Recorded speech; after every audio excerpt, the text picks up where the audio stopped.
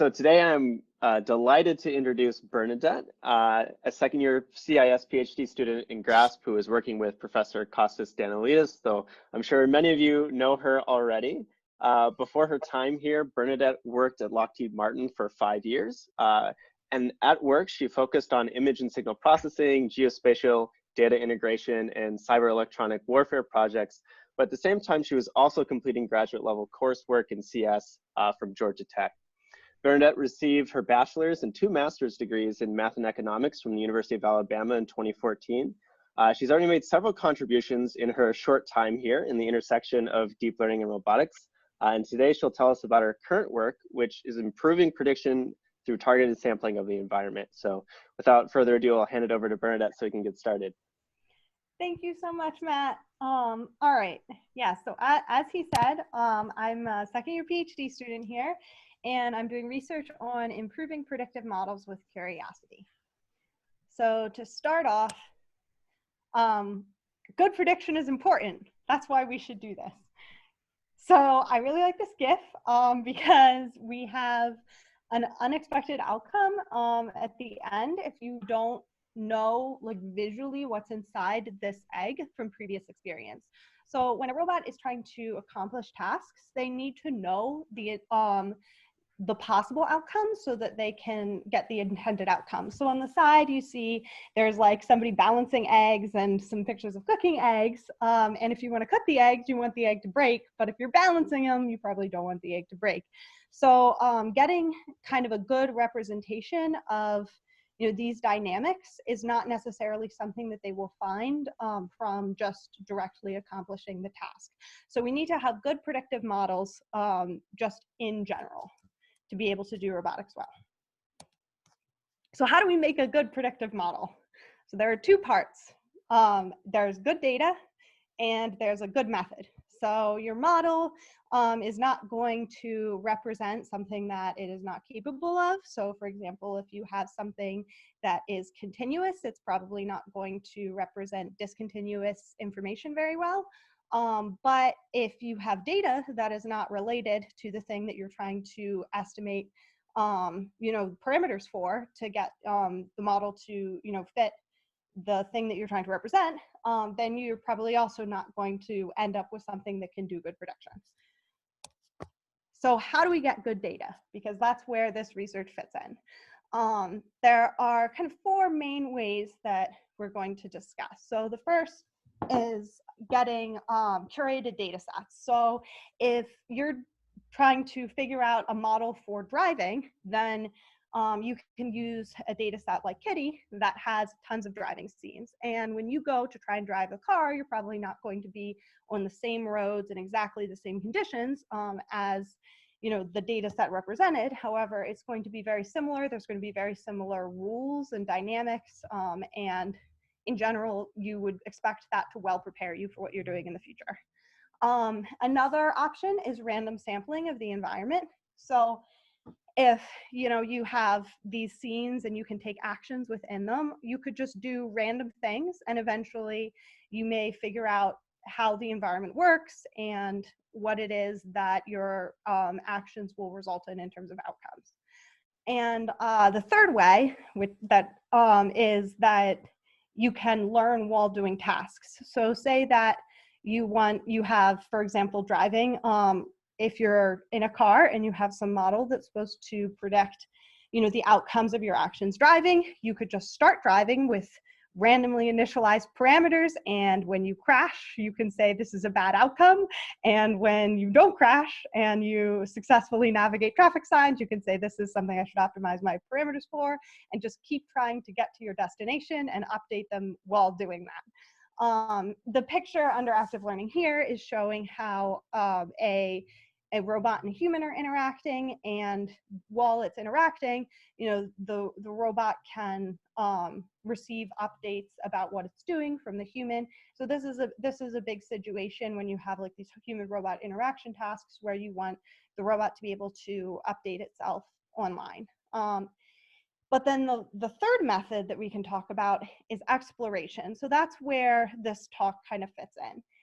So random sampling is can be a type of exploration, but it's a brute force version. So when we talk about exploration as something distinct from random sampling, we're saying that it's going to be some sort of targeted exploration.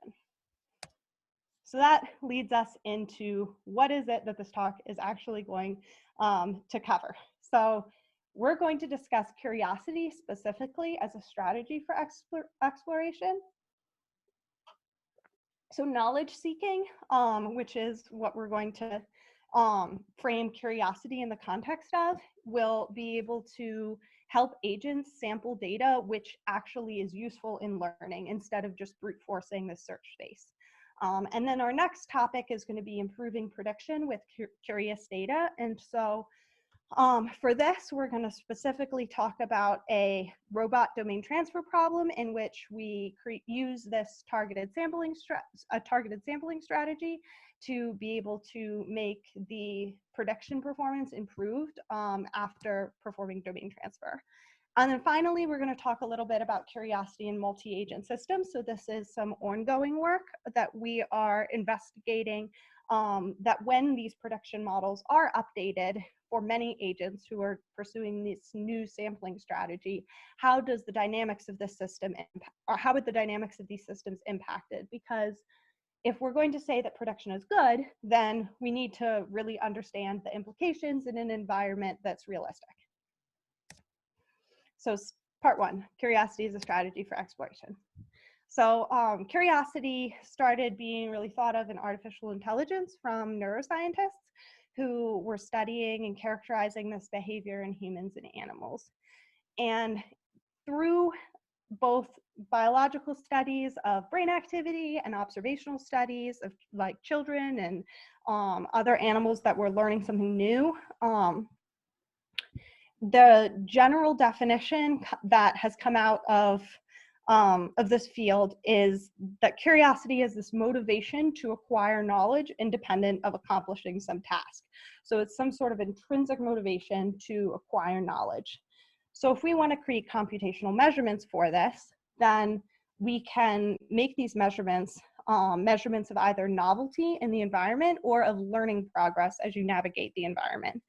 So one of the things when we think about this in a computational framework is that these sorts of measurements are not necessarily specific to a particular predictive model or a planner. It should be a more general way of accomplishing exploration and seeking knowledge. So what are some ways that you can do this? So to start off, we can talk about prediction gains. So this would be an example of learning progress. So if you have some description, informational description of a model, and it gets updated from one time step to another, then you would say, if you were a curious agent, you would say, well, if I'm getting large updates, then this is something where I'm gaining knowledge and I want to continue doing this. Bayesian surprise is when something is very unexpected. So this would be an example of measuring novelty. So the probability of some future state, given what you had seen in the past, is not very high. Model error is also a measurement of novelty, where you're saying that this was far away from the prediction of the this observation was far away from what the model predicted would happen. And information gain is again a learning progress measure. So we in one of our recent works, we studied like using Bayesian surprise in a model-free reinforcement learning system. So talk a little bit more about that. So how do you use any of these measurements to actually make decisions in a robotic platform or with some other autonomous agent? So if you have a model-free reinforcement learning method, this method is going to take rewards from the environment and is going to use those rewards to get feedback to choose actions. So it's saying, if I got high rewards, these were good actions, let me take more that are similar. And if it did not get high rewards, then those actions are not necessarily desirable. And then you can get observations back from what actually happens after you take those actions to either update whatever it is, your value function that's making these decisions, or potentially a model that you can derive intrinsic rewards from. So we're going to define intrinsic rewards as rewards that are not specifically related to a task that you're performing. So curiosity is a kind of intrinsic reward because you're saying, okay, well, this environment may be driving, it may be performing manipulation, but in general, like I can have this other process going on. So in this case, we're going to say a predictive model, and we can compute one of these measures of knowledge seeking from it and say, I want to, regardless of what I'm accomplishing in the environment, I want to make sure that my model is either finding things that were unexpected or updating itself a lot. So is this actually helpful? I see that I'm covering up some of my words with this. Okay, there you go. So the answer is sometimes. So in game simulations, so there's a GIF down here, some video games and some pictures from other simulations from the OpenAI environments, which are frequently used to investigate the performance of these type of models. And there have been a lot of performance comparisons between them, which say how many extrinsic rewards, so basically points in your game, am I getting as a result of following these type of strategies. And if one of these intrinsic rewards, when I give them as feedback to one of these model free RL algorithms, is enabling me to get higher points, like larger numbers of points in the game, then it's potentially performing better. Another way that people measure it is how much of the state space in the game actually gets explored. And so here in the results from these past tasks, there have been a lot of strong improvements for things that for games that have sparse extrinsic rewards. So if they didn't previously get a lot of feedback, instead of just acting randomly in the environment until feedback is received, these type of curious-based exploration rewards actually do provide a lot of benefit. So the top example is a example that uses model error, and it was one of like the first recent big papers to use these simulation platforms. And we found in our recent work comparable results to this paper, but they came first, so they're the important one to put here. But then this game down here is a dense reward scenario. So it's something in which curiosity would not necessarily be as beneficial because you can just get feedback from either running into things is bad or actually like, being able to shoot them is good. So, so this is a less beneficial place to be curious. And then in this scenario, there's another reward strategy that is focused on a learning progress metric instead of a novelty metric, and it shows that you can get improved performance to like these novelty seeking measures in a more complicated simulation. All right.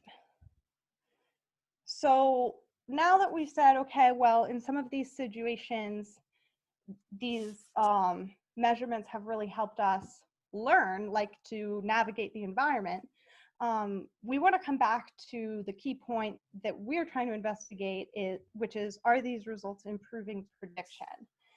So we participated in this competition where there was a NERPS last year that provided a simulation environment particularly targeted toward these problems, which was supposed to provide like kind of a more realistic scenario for these artificial agents to operate. And so here you can see when we just try and navigate this task, you're supposed to get the green balls and get positive rewards for this. And if you hit the red balls, then you are getting negative rewards, and it's actually going to send you back to some like starting place on the board because you've sort of died, right?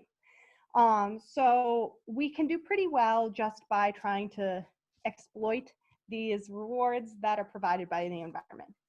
But we hope that curiosity would help us perform better. So we tried our novelty-based ideas of curiosity and found that our agents actually decide that the best way to get novelty rewards is to go backwards. And so this can relate back to this idea is curiosity actually improving prediction? Because in this case, we have a visual predictive model, and it's not going to get information if it's jumping to a random place in the board from hitting a red ball if it doesn't even see that it's hitting a red ball. But it is going to get high novelty rewards. So this is maybe something that we want to consider is like, are the rewards that we're constructing appropriate to the problem? All right. So for part 2, improving prediction with curious data. Now we want to think about, now that we have some motivation of how these algorithms work, we want to think about cases for prediction on robotic platforms where it would be useful to incorporate this. And then we want to design our problem carefully, because we've observed that we can see success in certain scenarios and a lack of success in other scenarios. And so we want to create a meaningful problem that we think, we're introducing curiosity in a way that is appropriate for that problem for robotics. And I'll pause right here. If there are any questions, feel free to, I don't know if I'm going to see if it comes up in the chat, but feel free to interrupt and ask. Are there any questions? All right, I'll go forth. So we can kind of think of the types of models used for robotics, type of predictive models used for robotics, as sort of a spectrum in which the models are tied more closely to specific tasks. So maybe they're explicitly encoding a type of, physical process in the environment that you would expect to see only in a certain scenario. So for example, the throwing GIF that you see all the way on the left, you wouldn't necessarily be able to generally give a model for physics that both encompass this scenario and driving. So, so here, if you want to use physics to model a problem like this, then we can get really high performance, but it's also very much designed for the task. And then all the way on the other end, we can try and mostly throw out models, or maybe use models as feedback, the way we were talking about doing before with curiosity in the model-free environments.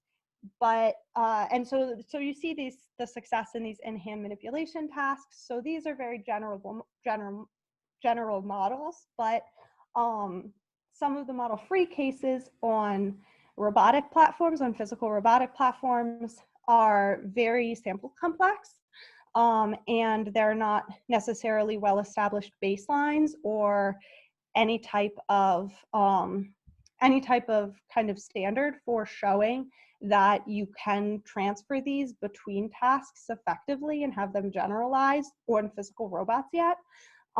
So if we're going to talk about evaluating the usefulness of curiosity, we want to pick a problem where we can successfully compare to a reasonable baseline and say that curiosity can improve the performance. So we want something that's pretty general and is also somewhat established. So in the middle, you can see the slowly pushed water bottle. And this is using a learned visual model. So it does not explicitly encode any physics. It's just doing pixel-based prediction, and it's directly doing planning from this visual prediction. So the reason that people are interested in these models is because it doesn't have, the structure require, huge data sets of specifically of very particularly labeled video sequences.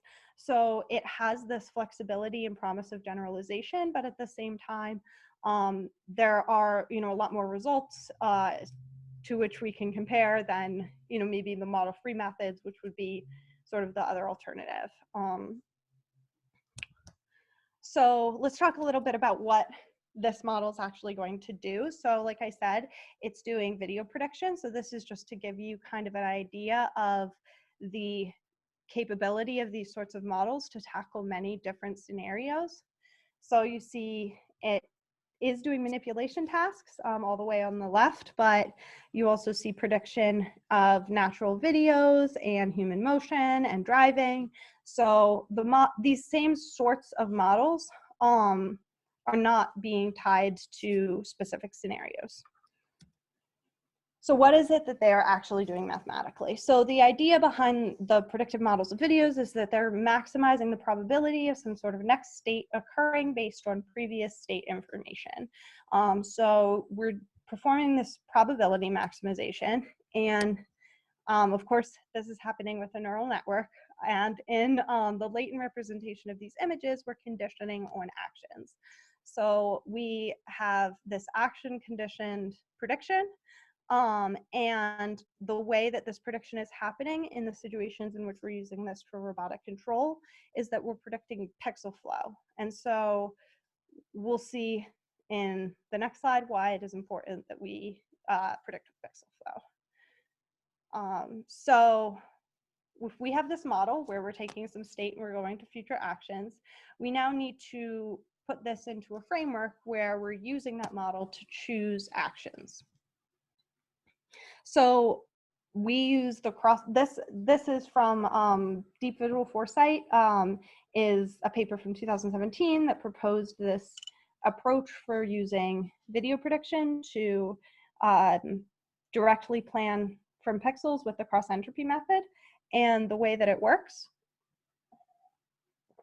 is that we have a distribution of actions from which we can sample possible actions to take. So we can sample from this distribution, and we can use the predictive model that we have to estimate future frames given those actions. So you would have, for example, one of the frames, one of the video frames, and then if you take that the actions sampled from this distribution in the future, you would get a prediction of some future frame. And the way that goals are specified, you can see in the bottom left corner, is by specifying a start and an end pixel. So then each of those future predictions, so the learned model rollouts, you can make a measurement and say how far away is the start pixel from the goal pixel, and you can choose the actions that take you closest to that. And then you execute those actions and then go back around and update the action distribution, the probability distribution, to be associated with this expectation of how far away for a particular action the start pixel will be from the goal pixel location at the end of each of these trajectories. So there's kind of this iterative sequence in which these action distributions are getting updated, and your predictive model is being used to select the actions that are best based on some goal. All right, so what are we going to do with this?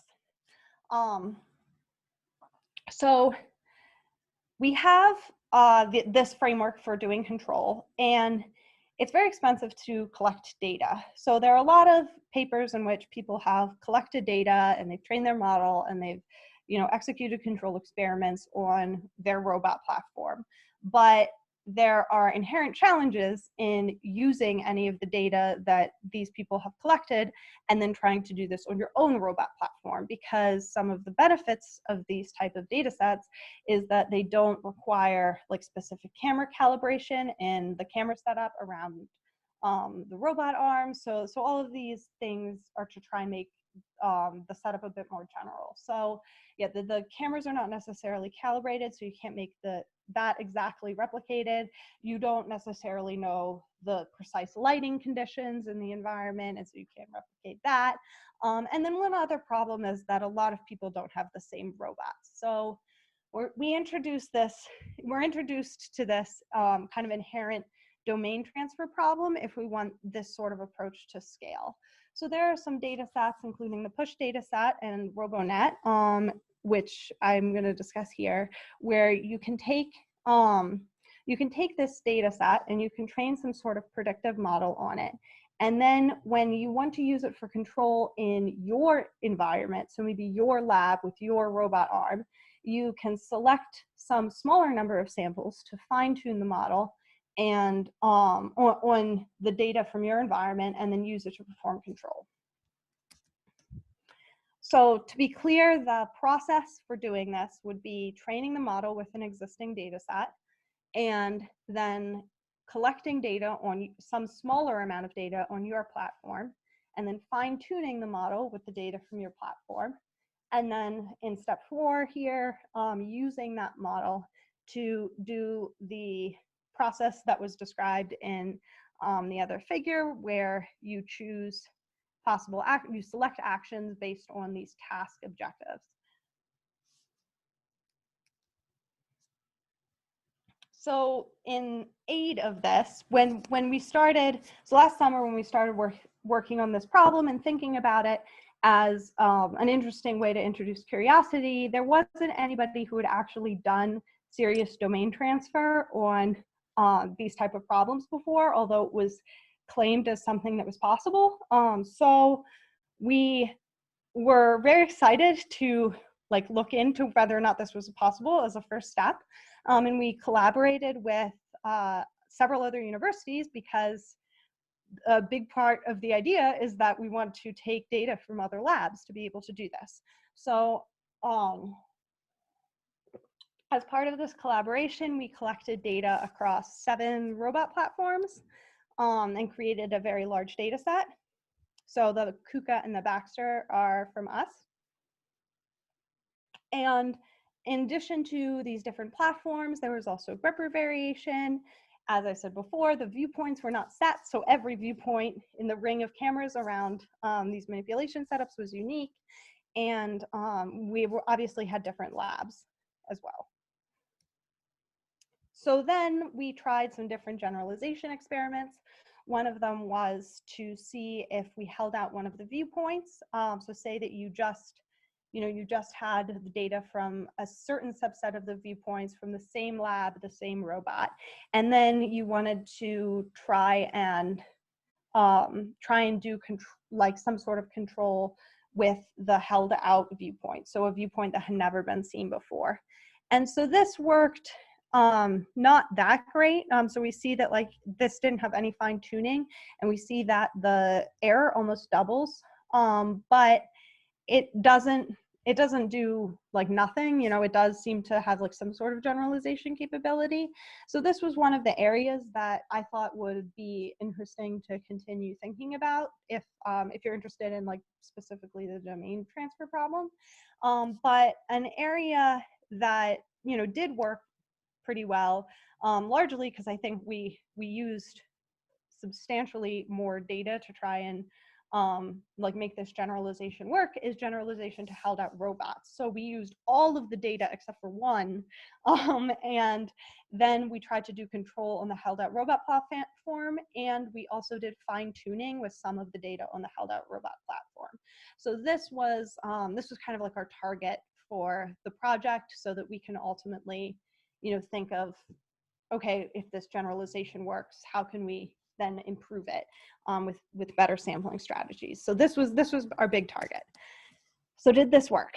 Yeah, so it did improve performance a lot to pre-train on the other, on video sequences from the other robots. And then when we did control experiments, as visualized here, we had a lot more success in accomplishing them when we used those models as opposed to models without the other robot data. So this is the view of the stuff with Baxter. And so we collected, so this actually was pretty interesting. So I'll go back to the Kuka slide. So we collected the Kuka data and we did the Kuka experiments. We collected the Baxter data, but then the Baxter experiments were actually done at Berkeley.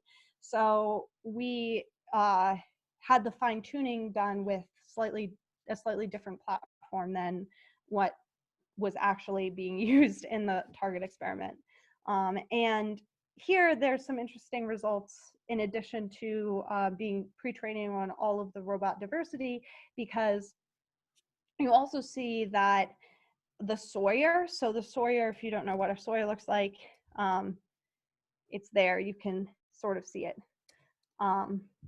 It's on the top robot platform, you see Sawyer is the first one and Baxter is the second one. So you can see that they look kind of similar. So here, if you pre-train on Sawyer, because theoretically, because there is less difference between the Sawyer and the Baxter, then you can actually get a lot of gains from using that data and then just fine-tuning with some Baxter results. Okay, so now that we've done this and we've said we can do the domain transfer experiment, how do we integrate curiosity? So a lot of the stuff that we talked about at the beginning when we were introducing curiosity was in this framework of model-free reinforcement learning. And so if you remember some of the forms of the measurements we introduced at the beginning, it was actually using the state that occurred after the action that we're trying to get feedback about in the computation of the curiosity-based reward. So in a model-based system, these measurements are not going to work because we need to be able to use the past state and the past action to get feedback before we take the action in the environment. So this is also viewed in this next slide where we think about it in terms of, you know, this model-based system. We would need the curiosity objective, will I be surprised, to be evaluated on these predicted rollouts as opposed to with the using the observations after the action is taken, which is what we saw in the model-free case. Are there any questions so far? All right, I'll keep going. All right, so how do we do this? So we also need to integrate, you know, using curiosity into this problem. So we start by training our model, and we're using this existing data set again, but now instead of just randomly sampling from our environment, we're going to use an objective for curiosity to select actions. And instead of taking random actions, we're going to record trajectories that are taken by the robot from taking these curious actions. And then we're going to iterate with the cross-entropy method, just as if we were trying to accomplish a task, but instead we're going to do this with an objective for curiosity. So I'll present the details of how this happens in a moment, but step 2 is giving us a different selection of recorded training data collected with a curious instead of random policy. And then in step 3, we take that data and we use it to fine-tune our model.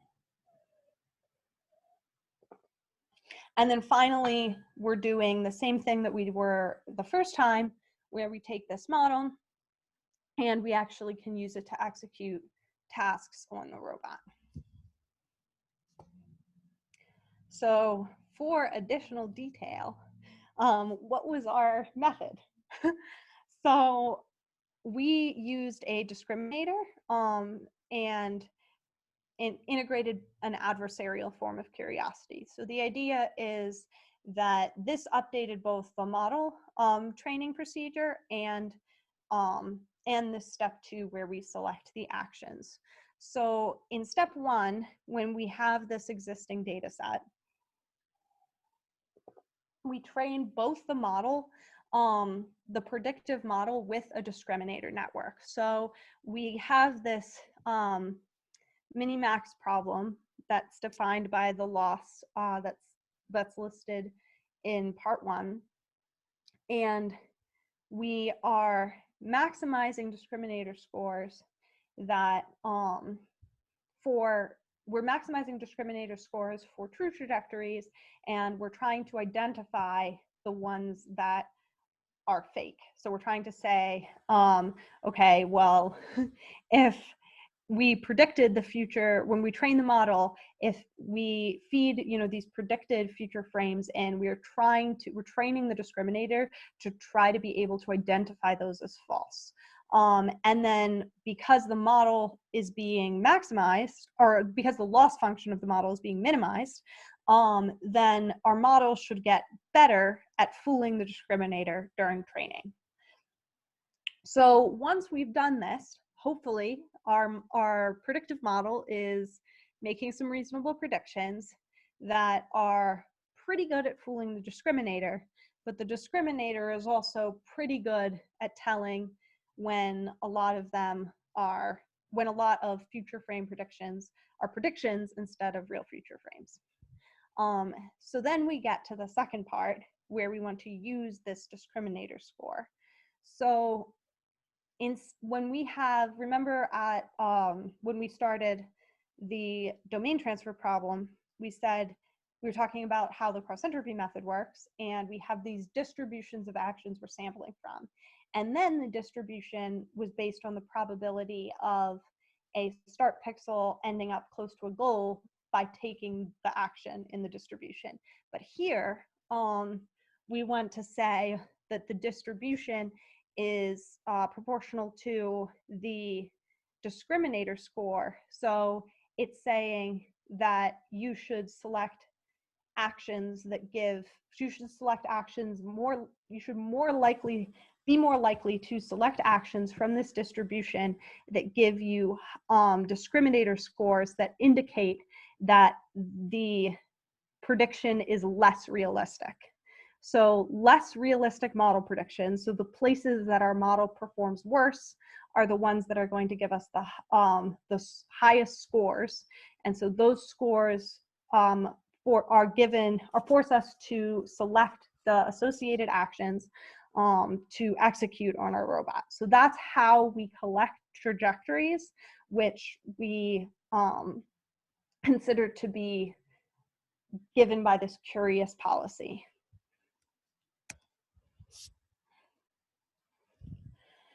So now that we have that data, we want to evaluate prediction. So if we just go back quickly one more time to look at the workflow, you'll see when we talk about executing these tasks, I have an arrow saying record validation data. So we recorded this data set because we want to directly answer the question, does our predictive model perform better? And we can't really evaluate this on any of the data that we collected during training.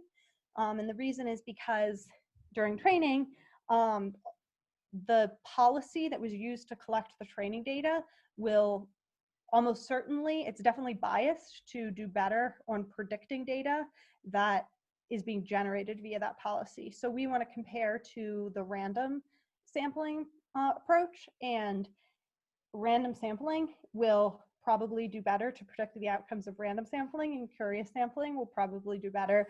The model trained with the curious sampling data will probably do better to predict the outcomes associated with curious sampling.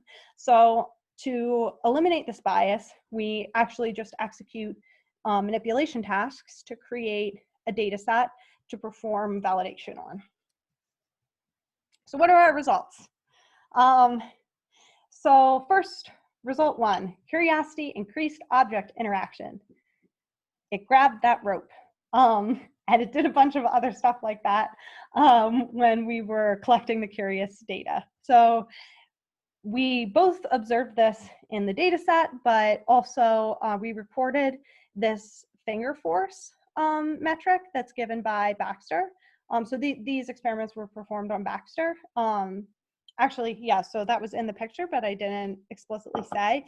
The existing data set we used was the Sawyer data from Robotic, and the target platform was the Baxter that we have in lab.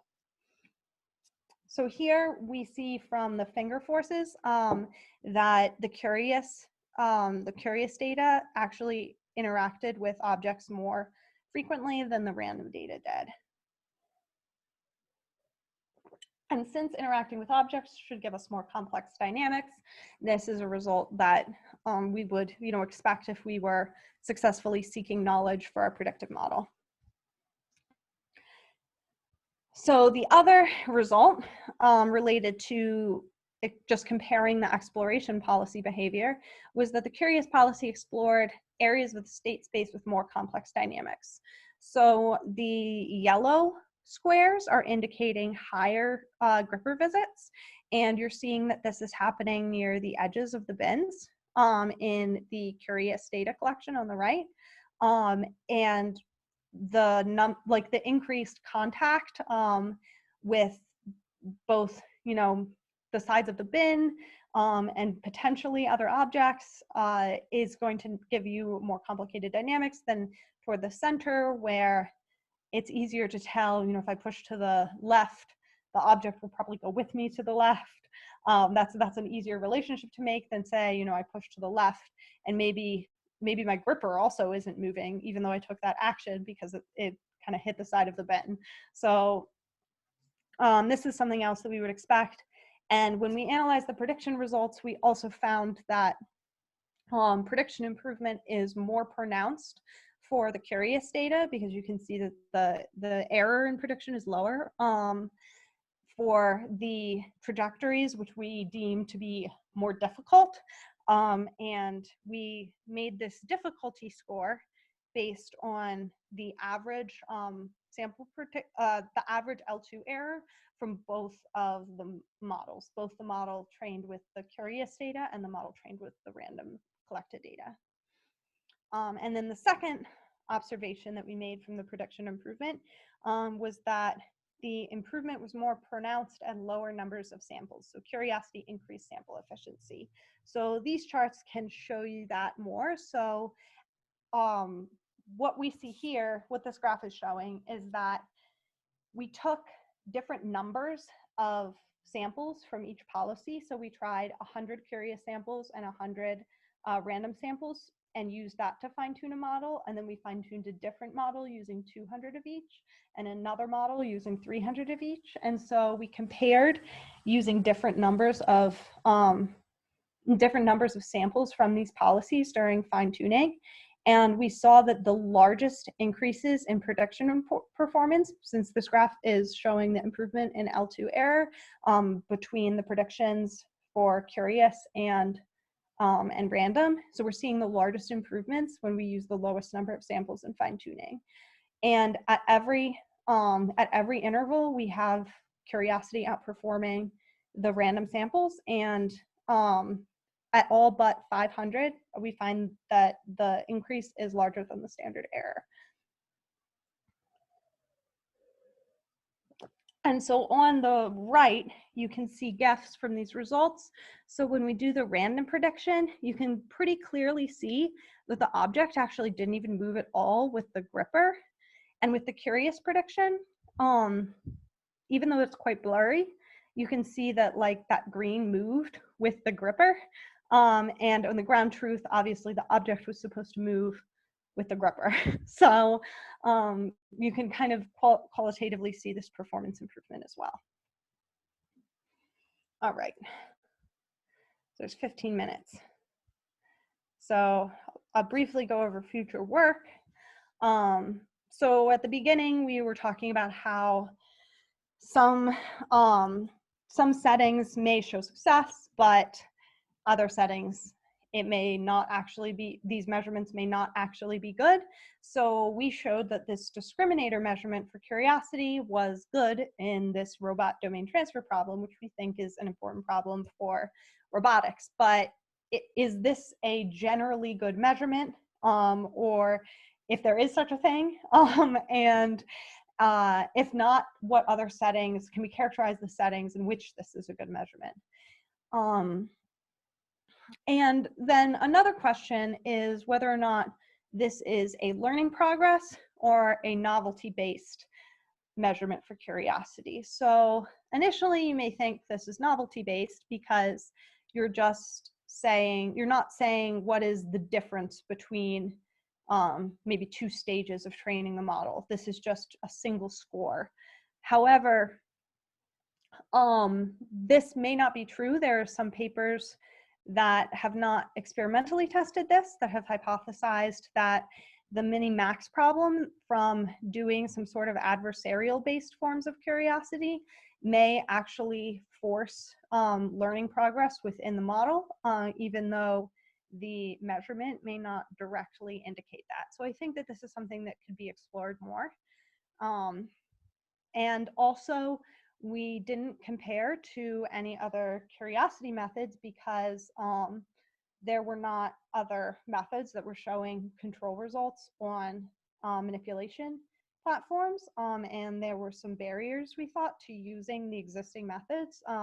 The most potentially viable one was doing some sort of disagreement-based method where you train a bunch of models and then you say, like, whichever one has the largest disagreement between all the models is the one you're the most uncertain about, and therefore you should take that set of actions. However, this seemed very computationally intensive, and it had not been shown on accomplishing manipulation tasks, so we did not use it as comparison. So I think that maybe some more investigation into how to compare against other forms of curiosity would be a good idea. All right, so 15 minutes, curiosity and multi-agent systems. So when many agents prediction models change, then the dynamics of the whole system we anticipate being impacted. So we want to think about this problem. So there are many types of multi-agent systems, but we are going to talk about competitive resource allocation.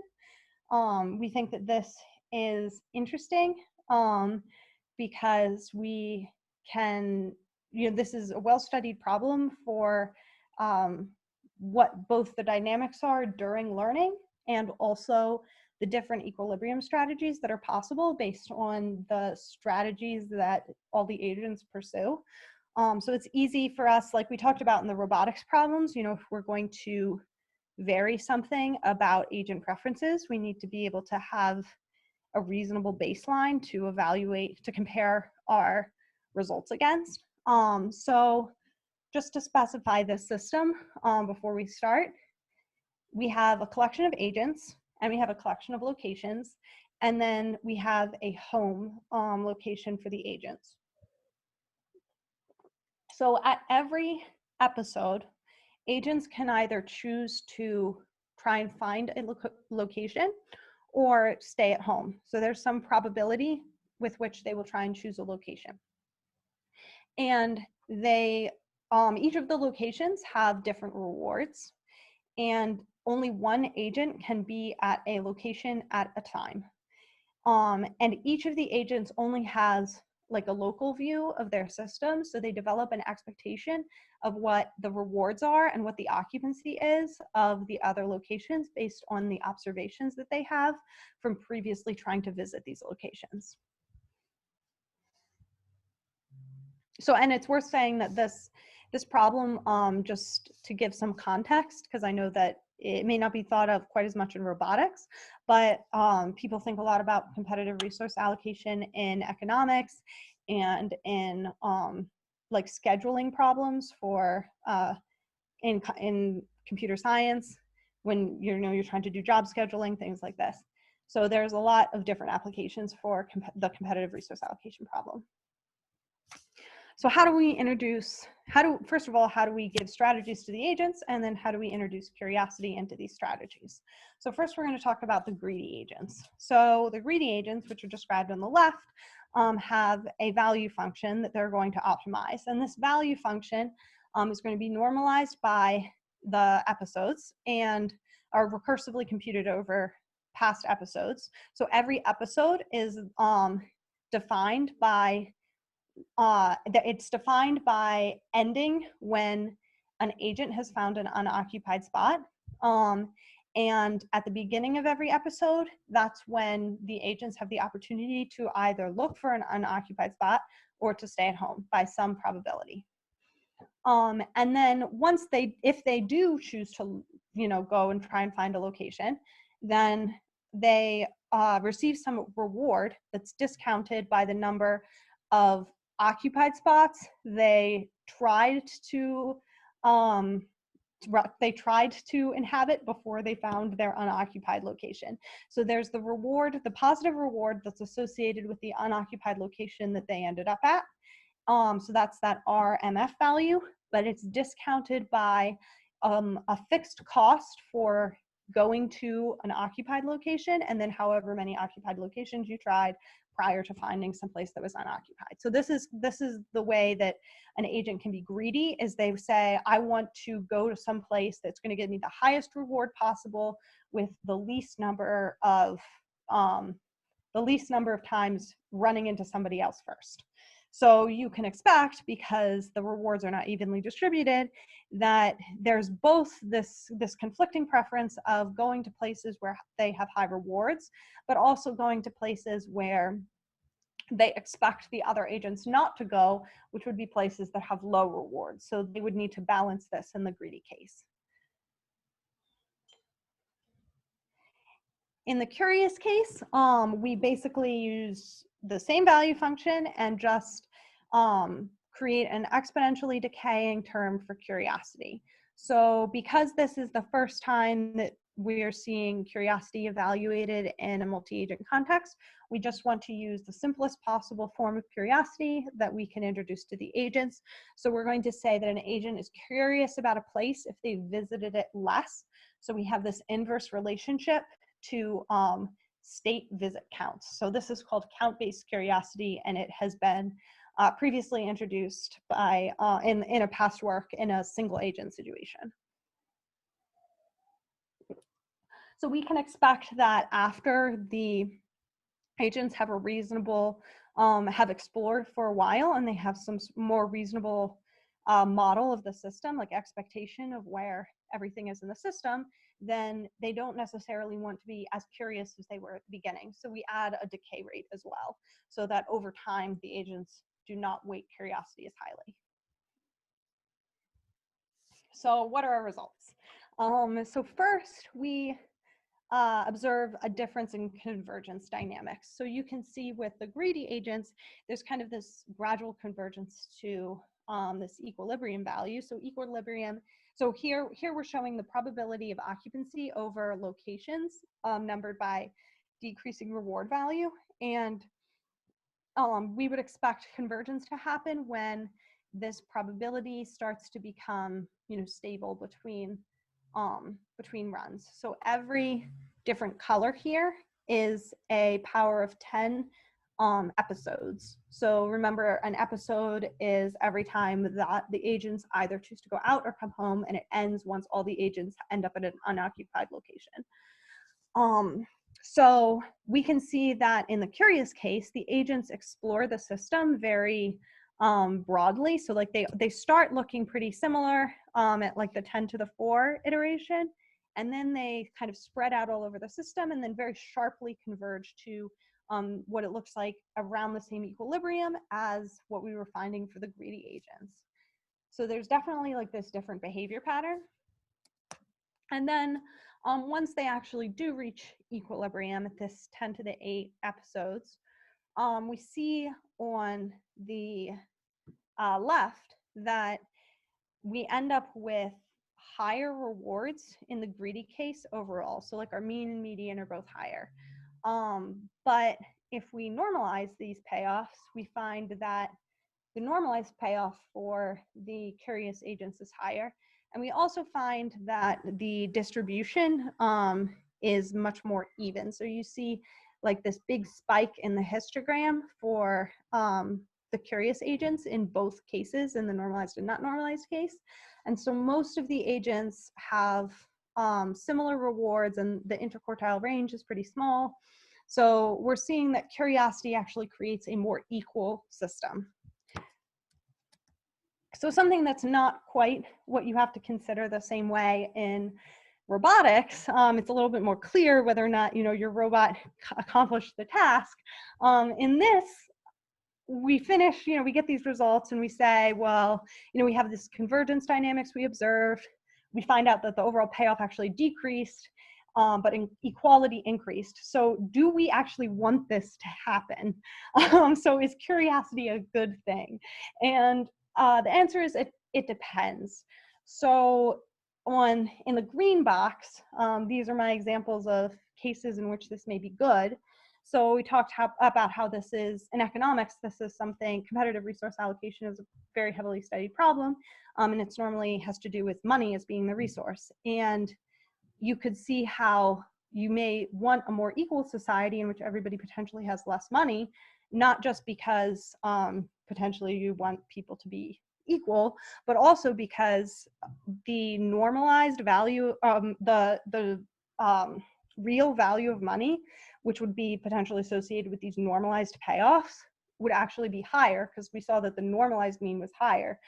So in that case, like if your real value of money is higher, you can actually buy more goods in the case where the agents were curious and everything was more equal, even though the actual quantity of money is less. So in this case, yes, you may want to have curiosity in your system.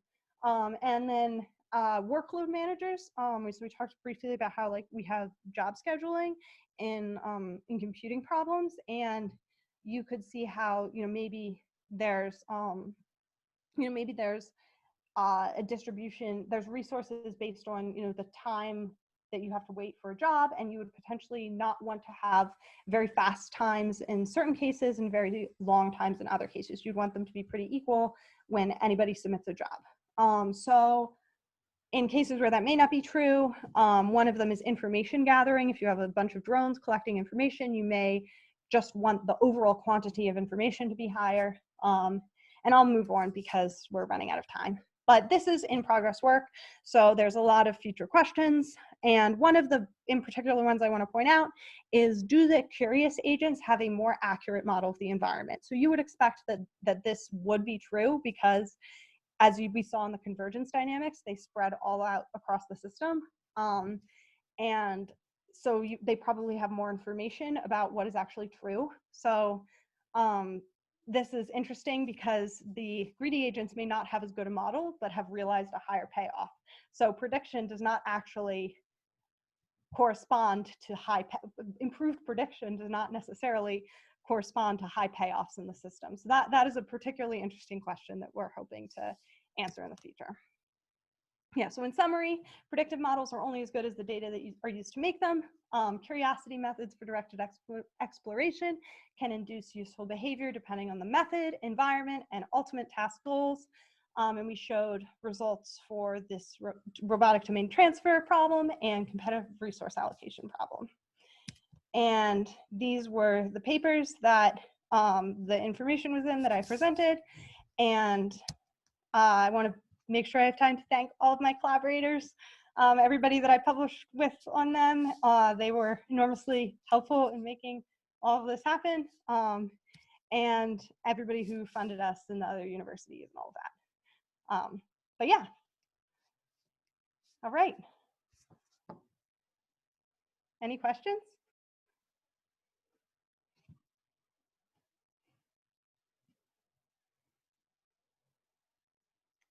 Hello? Hi, we hear you. Okay. I'm sorry, I didn't leave much time for questions.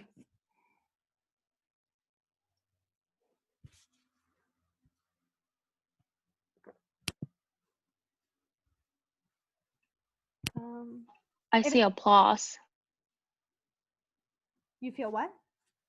I see an applause. Oh, yay.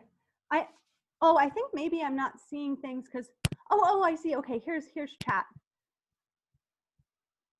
Oh, thank you all. I see your messages now. I was clicking on the wrong thing. I don't know. Oh, I was clicking the whole time. I was looking at the Q&A on the slides, not the Zoom thing. That's why I couldn't. Okay, but thank you. All right. Well, if there are no questions, I'll jump in with one question, Bernadette. Just, you may have said this, so I apologize. I've been in and out with the baby. But are there domains where you think it'll be hard to compute curiosity? And what are your thoughts on that? Harder than normal, let's say. Yeah.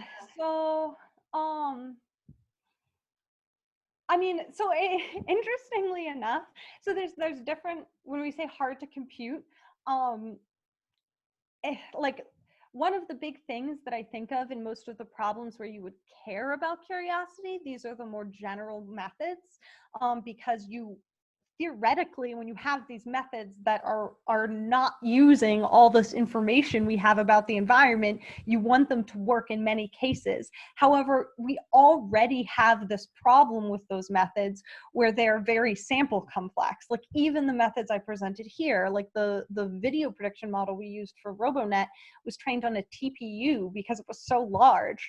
So I think that we have this sample complexity problem, and if we are introducing these methods of exploration, while they may be able to improve performance, it depends what the baseline is, so it may increase sample complexity, and I don't know if that's like viable in particularly like these model-free settings. Like we're just being able to see model-free methods working on robots, and I think that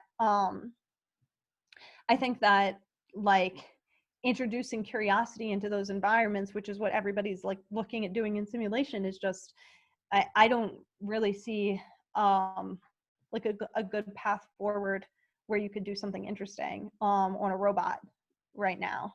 So yeah, so I mean, like when we're talking about computing curiosity, I think that most of them you can come up with a mathematical method for it, but whether or not it's tractable and would give results that, you know, were interesting. I think that a lot of the methods that people are trying in simulation just are not, you just can't use curiosity in the settings that they're hoping to transfer to yet because we're just so far away.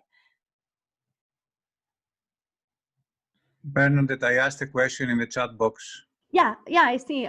So the difference between curiosity exploration and curious exploration. Yes. So this is a really good question because I think that curiosity is sort of vaguely defined in a lot. So here, let's go back to the slides where I motivated, you know, curiosity as a form of exploration. So there are two things to talk about. Is curiosity always exploration, and is exploration always curiosity? So I don't think exploration is definitely not always curiosity, because you can do things with exploration that are very tied to say, like maybe not so much like knowledge seeking, but saying that, you know, maybe I have some model that I want to sample in an off policy way. It's not necessarily seeking knowledge, but it is exploration. I mean, and I would even say, so I was a little bit misleading in how we can get good data, because I think that random sampling is exploration. It's just random exploration. So curiosity is targeted exploration. So I think that for the purpose of acquiring knowledge.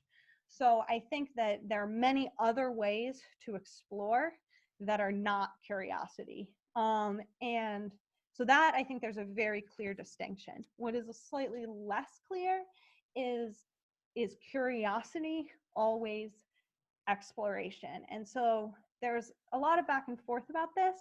And I would point to the remark I made on the slide about measurement of learning progress or novelty. So I wrote this here as saying that, you know, curiosity can be either of these things. However, in some papers, they say it's only learning progress. However, this is directly contradicted by other papers where they use novelty measures, which do not measure learning progress, and they call it curiosity. So, so I think that if it's only learning progress, I think that there are ways to potentially create incentive, like to incentivize learning progress that are not necessarily something that you would call exploration. But right now, I think that in the literature, I can't really point to anything that is a computational approach to curiosity for, you know, an artificial intelligence system that I wouldn't also say is exploration. So right now, I think it's, you know, curiosity is always exploration in terms of what has been realized in the literature. But I'm not necessarily convinced that that has to be the case.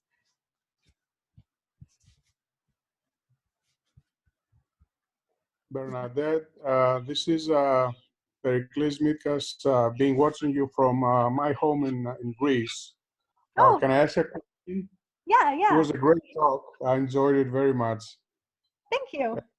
I send my greetings to all. These are difficult times, but also interesting times. Would you call curiosity as a deviation from normal behavior? That is a really good question.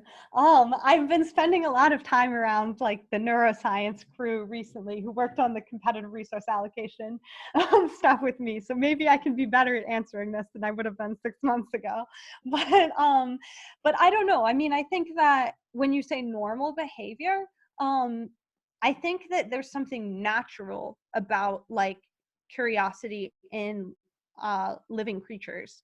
So this is definitely seen. So actually we're back on the right slide for this because so this brain scan here there was this paper by Gruber et al. In Neuron that actually showed that you get that there are actual like I guess chemical responses in the brain that give you like positive reward signals for knowledge seeking activities that we would behaviorally categorize as curiosity. So I think that like these sorts of studies are showing that in living creatures, it is very natural. But in artificial systems, this is not something that we necessarily think of. I don't think that it's necessarily natural in terms of engineering, because when you engineer something, you're considering how to make it execute a task.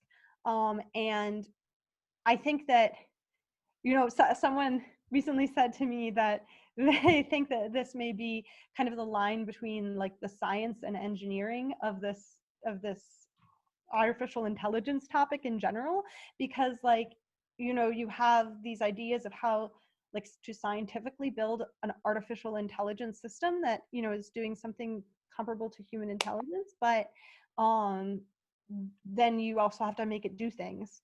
And so I think that in engineering, we make these compromises from what is actually natural in humans to what is natural to make a system work.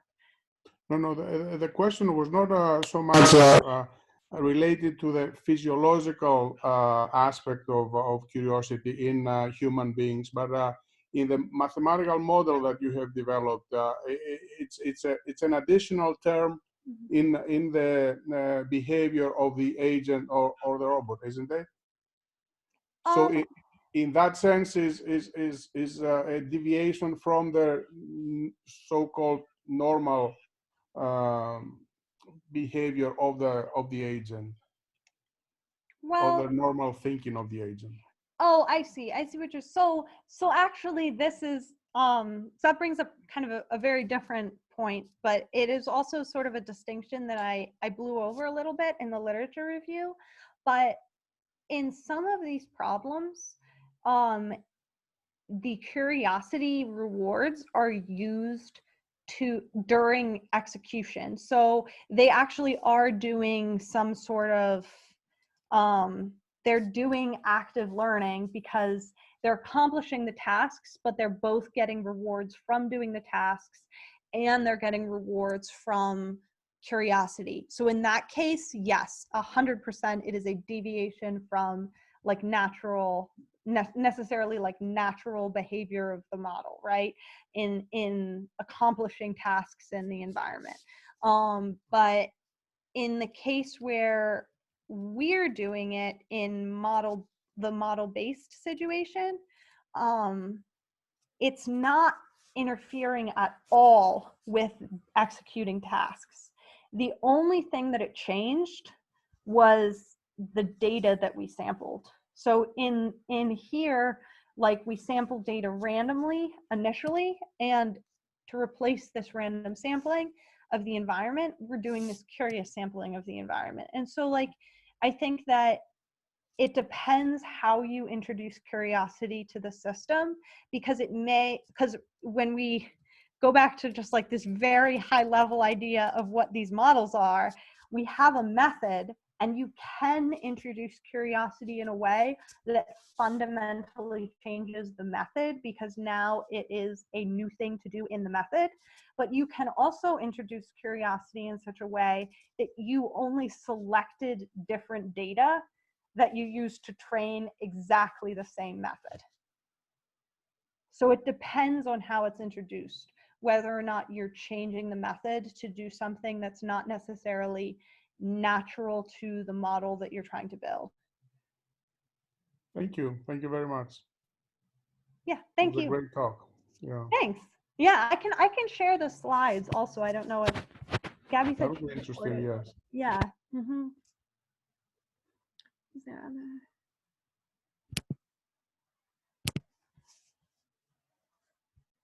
Okay. If there are no other questions, can I follow up on mine? Go for it. If we call curiosity disregard for the lockdown rules, could we use your model to model the behavior of those people who don't stay at home and continue getting out of home and doing stupid things? They may have an excess of curiosity, and in this system, they would be going backwards. Yeah, but we would like to see the effect in the overall society, or Oh yeah, if you were to well-being of the society. I was looking more at the software agent model at towards the end of your talk. the multi-agent thing. The multi-agent. Yeah. Yeah, I mean, I think so yeah, there's definitely there's I mean, there are all kinds of models for modeling the spread of a disease right. or the factors that affect it. Perhaps you can add this to an existing So you model. definitely could. I did I actually back when I was a mathematician, I did some research on like the mathematically modeling disease, the spread of diseases, and like, you know, networks, and doing like network flow over this. And I think that you could actually potentially introduce some sort of curiosity to, but like typically the individual movement of people is not modeled in those type of models. Typically it's more of like a rate of movement, but you could have maybe curiosity affecting like the rate of movement between like isolated, like reasonably isolated communities, because you would have like cities and stuff be potentially nodes, and then you would have like movement between these communities, and you could have movement potentially increased. And then you also have like these differential equation models, which will show like growth in particular locations, and you could use this to modify like those models within the nodes as well. So yeah, potentially, if you, because yeah, I think that a lot of economics models could like, they do this sort of thing where they incorporate agent, like individual preferences in some of like these more population-based models. So so yeah, so I definitely think that you could do something like this. I don't know. Yeah, if somebody wants to. Yeah, I do think that that's not infeasible to imagine.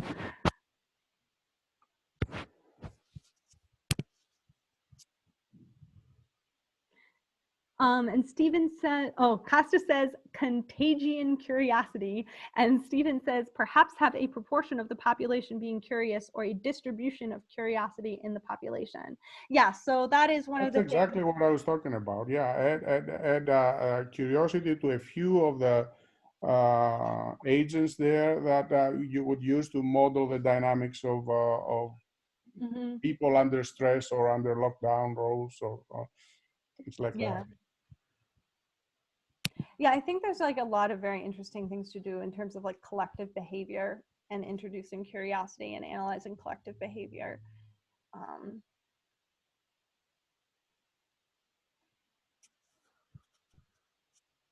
Yeah, there's, like I said, the multi-agent work, like so we have this, workshop paper at iClear coming up, which is all, virtually to be presented.